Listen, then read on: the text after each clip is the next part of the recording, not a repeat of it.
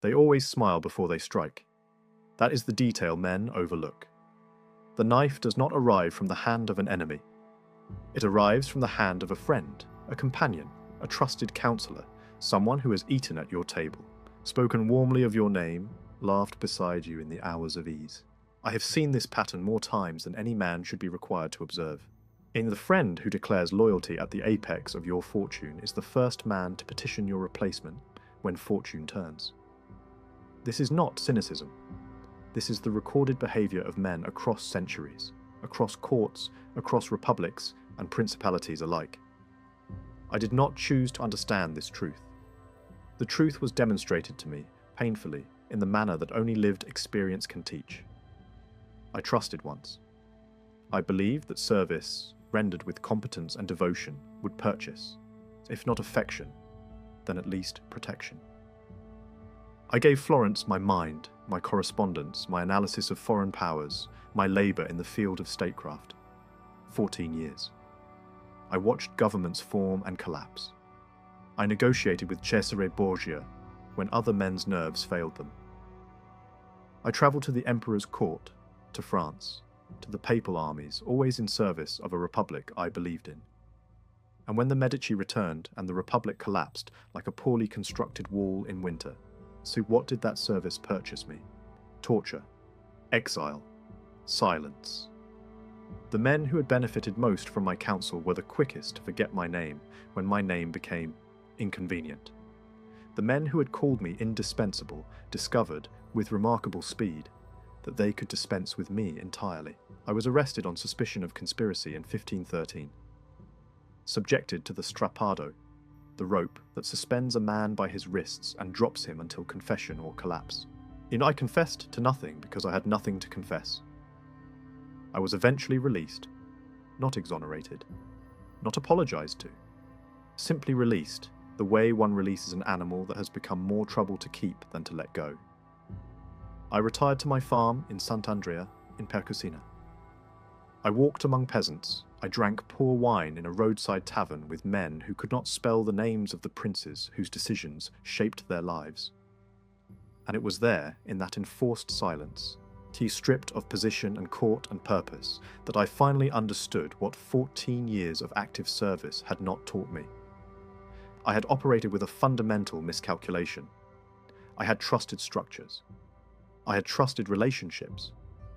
I had trusted the implicit agreements between men who shared political interests. All of that trust had been a vulnerability I had not recognized, because I had never been made to bleed for it until I was. This is what exile teaches. Not bitterness. Bitterness is for men who believe they deserved better and cannot move past the insult. Exile teaches clarity, stillness, the removal of illusion. When you sit in a farmhouse with nothing to do but think, and everything you thought was certain has been taken, you begin to see the machinery of human behavior with a sharpness that comfort never permits. The pattern that emerged from that observation was consistent, repeating, and merciless. And men do not betray you because they are evil. They betray you because they are practical. When the calculus of their situation changes, their loyalty changes with it. When associating with you costs more than it earns, they find a reason, usually a moral one, usually quite convincing to themselves, to step aside, quietly. With regret, perhaps, but decisively. This is not monstrous. This is human nature operating precisely as it was designed to operate. The monstrous error is to expect it to behave otherwise. I watched the finest minds of the Italian peninsula destroy themselves, their positions, their families, their legacies, because they miscalculated where genuine loyalty ended and performance of loyalty began.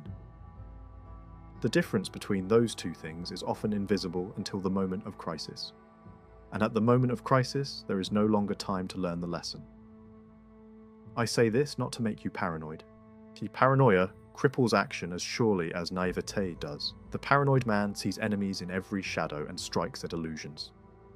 The prepared man maps his environment accurately, maintains his composure, and is never surprised by behavior that was always predictable. These are the 7 principles I drew from my years of observation. They are not rules in the simple sense. They are disciplines of perception, the ways of moving through a world that operates by one set of laws while professing to operate by another. The first principle: maintain strategic distance from those whose proximity gives them the most power to destroy you. Most men interpret distance incorrectly. They believe it means coldness. It does not. A cold man announces his suspicion and puts others on guard, defeating his own purpose before he has begun. Strategic distance is precision, and it is the careful calibration of how much of yourself you make visible, how much of your interior life you permit others to enter, how much access you allow to the parts of yourself that, once known, can be used against you. In the courts I moved through, the men most frequently betrayed were not the most powerful. They were the most confiding. The man who speaks openly of his fears at the council table has announced to every ambitious subordinate exactly where to press. The man who confesses his attachment to a particular alliance has told every rival which string to cut. The man who reveals his domestic weaknesses to a colleague over wine has handed that colleague a weapon he may not intend to use, but that he will use when the right moment arrives and the right pressure is applied. Strategic distance means you permit people to know the professional surface of you, the competent, measured, reliable exterior, and you do not permit access to the interior calculus. Your doubts remain yours. Your attachments remain private. Your contingency plans are never disclosed. Every workplace is a court. Every institution produces its own political dynamics. The colleague who becomes your confidant is also the colleague who accumulates intelligence. The associate who knows your professional anxieties, knows how to outmaneuver you at the moment of competition. You may call these people friends, and they may genuinely regard themselves as friends. The friendship does not neutralize the danger of the information they hold. When their interests and your interests converge, that information is harmless. When those interests diverge, and they will diverge, it becomes leverage. Maintain the warmth of engagement. Maintain the courtesy of collegial life. Withhold the interior. The second principle: compartmentalize your alliances so that no single person holds the complete map of your position. I learned this from watching Cesare Borgia. Despite his ultimate collapse, Borgia was a man of remarkable operational architecture. He maintained relationships with multiple powers simultaneously. The papacy through his father, France through military alliance, the Italian states through a network of fear and selective favour. No single ally possessed a complete picture of his relationships with the others. He built his position as one builds a fortress, with redundancies, with compartments, with walls between sections so that the fall of one does not bring down the whole. What destroyed Borgia was not betrayal precisely, but the simultaneous collapse of multiple pillars when his father died. A concentration of dependency he had not fully accounted for, but the principle of his construction remains sound. Apply this architecture to every significant sphere of your life. The ally who knows your professional ambitions should not also know your domestic vulnerabilities. Or the colleague who understands your strategy should not also possess your financial anxieties. The advisor you consult about one domain should not have access to the full landscape of your decisions across all others. Each relationship should be complete within its compartment and blind to the others. When a compartmentalized alliance breaks, and some will break, it breaks in isolation. The damage is local. You contain it. You do not find yourself simultaneously exposed on all fronts because one person who held access to everything chose to speak. The third principle: understand leverage before you need it. Men think of leverage as something aggressive, a tool of villains.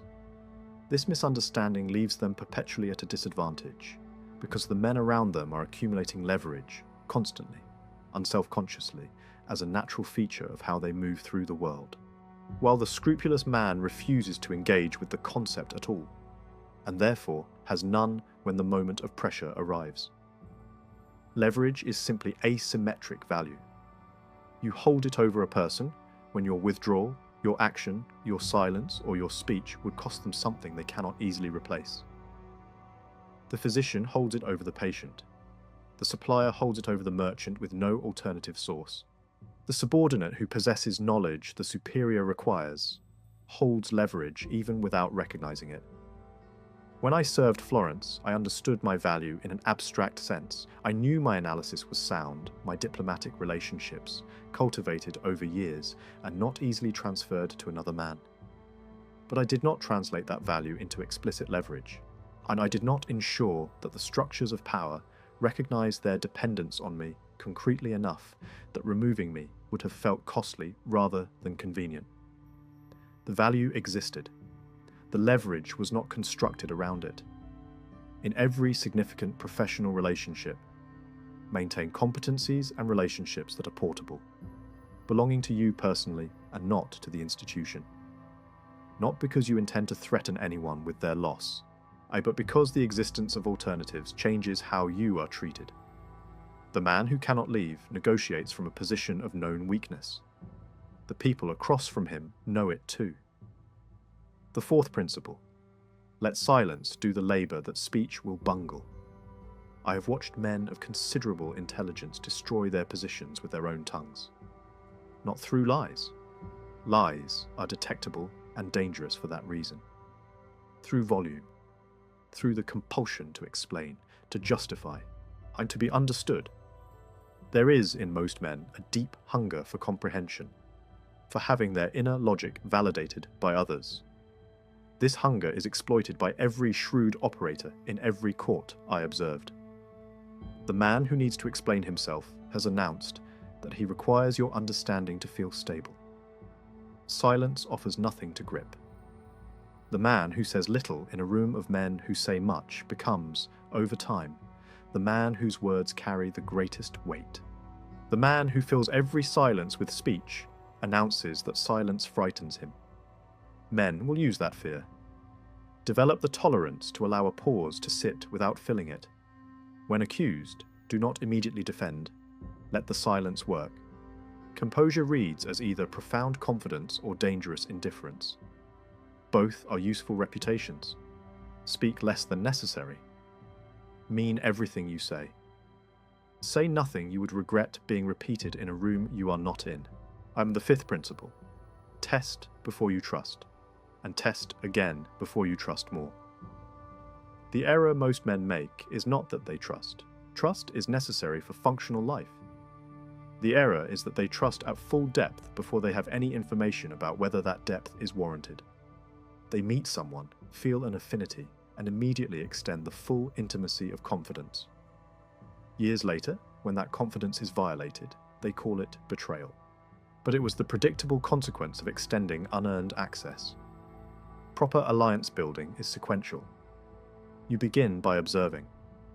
Watch how a person behaves toward others who are no longer useful to them, how they speak about former associates, whether they honor small commitments before you have extended large ones, whether they are consistent when the social costs of that consistency vary. The man who is generous to powerful people but dismissive to powerless ones is giving you complete information about his character. When you have observed, you test. Not dramatically. You share a minor confidence and see if it remains confidential. You reveal a modest vulnerability and watch whether it is used or protected. These are not manipulations. They are reasonable due diligence. Trust in this framework is never absolute. It is always conditional, and always subject to revision when new information arrives. A man who was trustworthy under one set of conditions may become dangerous under another. His incentives change. His ambitions evolve. The trust calibration must evolve with them. The sixth principle: maintain planned exit routes from every significant alliance. Men prefer to believe their important relationships are permanent. The belief in permanence is psychologically comfortable. It allows full investment without reservation. And full investment without reservation is exactly how men find themselves destroyed when circumstances change. A planned exit route is not a plan to abandon an alliance. It is the maintenance of the conditions under which you could survive without it, if survival without it became necessary. It is the difference between a man who stays because it is genuinely the best available option, and a man who stays because he has allowed himself to become incapable of leaving. The man who cannot leave is always aware of it. This awareness colours every interaction, making him reluctant to assert himself, reluctant to draw difficult lines, reluctant to demand the respect his contribution warrants. He negotiates from a position weakened by his own dependency, and the people across from him know it. An alliance that requires your helplessness as a condition of its stability is not an alliance. It is a dependency. Our dependencies resolve in favour of the party whose need is lesser. Maintain your alternatives. The seventh principle: permit controlled vulnerability. Never permit revealed weakness. This is the most subtle of the seven, and most frequently confused with its opposite. There are men who display no vulnerability whatsoever. They present a surface of complete control, complete imperviousness to doubt or difficulty. These men are not respected. They are not trusted. The people around them sense the performance and understand instinctively that a man who shows nothing is hiding something. The complete absence of vulnerability is itself a danger signal. There are other men who display vulnerability freely, who share their uncertainties and confess their weaknesses openly, believing that transparency builds connection and trust. In small doses, in relationships of genuine equality, this may produce the warmth they hope for. In the courts of power, and it produces prey, controlled vulnerability is the deliberate, strategic offering of selected, managed weaknesses. You permit others to see that you are not omnipotent. You allow a moment of doubt, a carefully chosen admission that positions you as human without positioning you as fragile. The vulnerability you reveal should be in areas where the revelation costs you little. A mild irresolution about a minor matter. An admission of a challenge already overcome. So an expression of humility about a subject where your core competence is not at stake. What you do not reveal. The fear that actually keeps you awake. The alliance you are not certain of. The resource whose loss would genuinely destabilize you. The decision you are still developing. These remain hidden. You are an author managing the narrative of yourself, not a subject being studied. This distinction is the difference between those who are known and those who are understood. You may be known by many. You should be understood by almost no one. Now consider where each of these principles applies beyond the court, beyond the diplomat's chamber. Every workplace produces the same dynamics I observed in Florence and Rome. It has its factions, its allegiances, its pretenders, and established holders of position. The man who believes he is exempt because his institution professes different values, collaboration, openness, mutual respect, is the man who will be surprised when those values are selectively applied in the moments that matter most.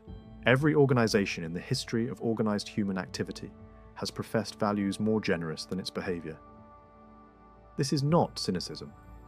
It is a pattern so consistent across centuries that it must be acknowledged as a feature of institutional life rather than a flaw. Personal relationships carry perhaps the greatest political weight of all, because they involve access to the deepest vulnerabilities. I wrote that it is better to be feared than loved, if one cannot be both. This is often read as a counsel of coldness. It is not. It is an observation about the asymmetry of reliability.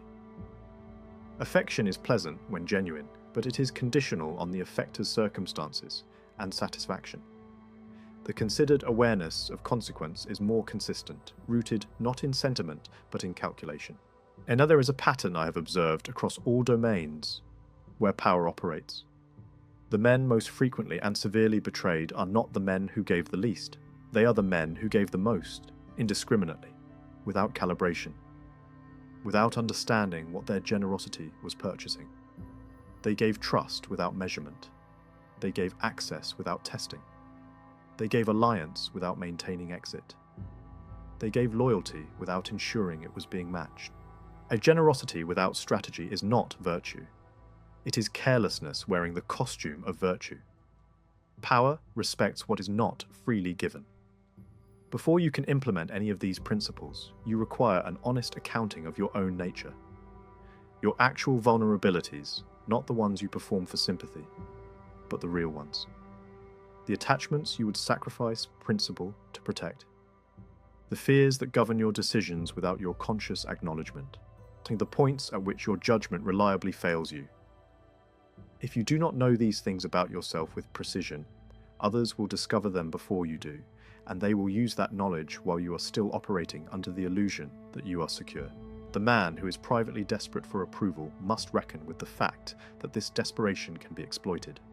The man who is privately afraid of isolation must acknowledge that this fear can be weaponized by anyone who threatens to withdraw.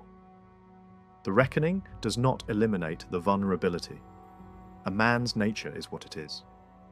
But it transforms the vulnerability from a blind spot into a known quantity that can be managed.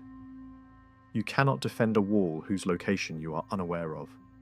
Seen, judged, remembered. This is how the world processes you. Not through extended examination of your interior virtue, through images, through the moments that were visible, through what was witnessed when the stakes were highest, because those are the moments that stick in memory. The rest is commentary that few bother to read. Men judge with their eyes. They observe how you respond to pressure. They watch whether you maintain composure when your position is threatened. They note whether your behavior in public matches your behavior in private. These assessments accumulate until they form a reputation, and the reputation precedes you into every room before you have spoken a word. Reputation is not something that forms itself while you passively receive it. It is constructed, piece by piece, through the accumulation of observed behavior.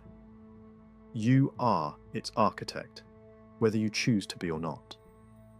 Choose carefully which battles you engage visibly, because visible defeat damages reputation more than quiet retreat. Choose carefully which loyalties you perform publicly, because public loyalty is a declaration that will be recalled. Reputation, once damaged, does not repair quickly. Men's memories of failure are sharper and more durable than their memories of success.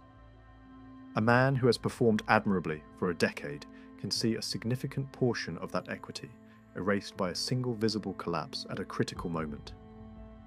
The crowd does not maintain a careful accounting of your full record.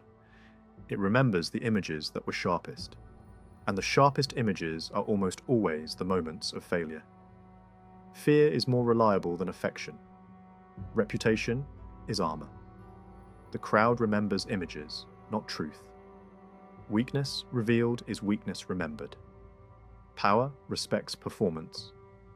These are not observations I arrived at through abstract reasoning. They were demonstrated to me, at significant personal cost, through 14 years of service and the brutal education of exile. The world as it is has never been obligated to resemble the world as it should be. The distinction between these two worlds is the beginning of all practical wisdom. The man who operates in the world as it is, while keeping his understanding of the world as it should be clearly in his mind, has the best chance of achieving something durable. The man who operates in the world as it should be, while the actual world proceeds on its actual principles, will find the gap between his expectations and his outcomes widening until it becomes unmanageable. I do not counsel you to abandon your principles. I counsel you to protect them more intelligently. The principled man who does not understand the dynamics of power will find his principles used against him. The principled man who does understand them can defend his principles effectively, so he can choose when to invoke them and when to hold them privately, can survive the world's pressure long enough to accomplish something with his values, rather than simply being consumed by the values of others. There is a version of this wisdom that curdles into something smaller and meaner. Men who take the lessons of political realism and use them to justify a permanent coldness, a reflexive manipulation that becomes so habitual they can no longer engage with anyone genuinely. And these men are not powerful, they are impaired. A man who trusts no one is as vulnerable as a man who trusts everyone. merely in different ways. The man who trusts no one cannot build the coalitions on which durable power always rests, cannot receive honest counsel, cannot be defended by anyone who knows him well enough to speak on his behalf. He becomes isolated, and isolated men are eventually consumed. The goal is not the elimination of trust. The goal is the calibration of trust, and the movement from automatic trust, offered reflexively, without cost accounting, to earned trust, which is extended deliberately, proportionally, and always with your eyes open. I trusted once, without that calibration, and I paid for it in the manner I have described. You will not survive power games if you believe in loyalty as a constant. You may survive them if you understand loyalty as a variable, something that some men maintain and others do not, something that depends on circumstances and incentives, something that must be assessed on the evidence rather than assumed from the declaration. The difference between paranoia and preparation is the difference between a man paralyzed by imagined enemies and a man who sees his environment accurately and moves through it accordingly. Paranoia squanders resources defending against shadows. Preparation sees the actual terrain, with its actual threats and its actual opportunities, and allocates accordingly. I do not say become paranoid. I say become prepared. You have in your possession a more accurate map of how power behaves than most men acquire in a lifetime of direct experience. I acquired mine through service and exile. The advantage of a lesson received without the full cost of its learning is that you may apply it before the cost is collected. The disadvantage is that lessons not paid for tend not to stay. Men hear this kind of analysis. I nod their understanding and return to the patterns that the analysis warns against, because those patterns are comfortable and the discipline of the alternative is demanding. I cannot compel you to apply what you have understood. I can only observe that the courts of the world, however they present themselves, whatever names they operate under in your era, are running by the same principles they operated by in mine. The names of the princes change. The dynamics do not. A reputation collapses in a moment, and no position rebuilds itself from contempt. Remember this, and govern yourself accordingly.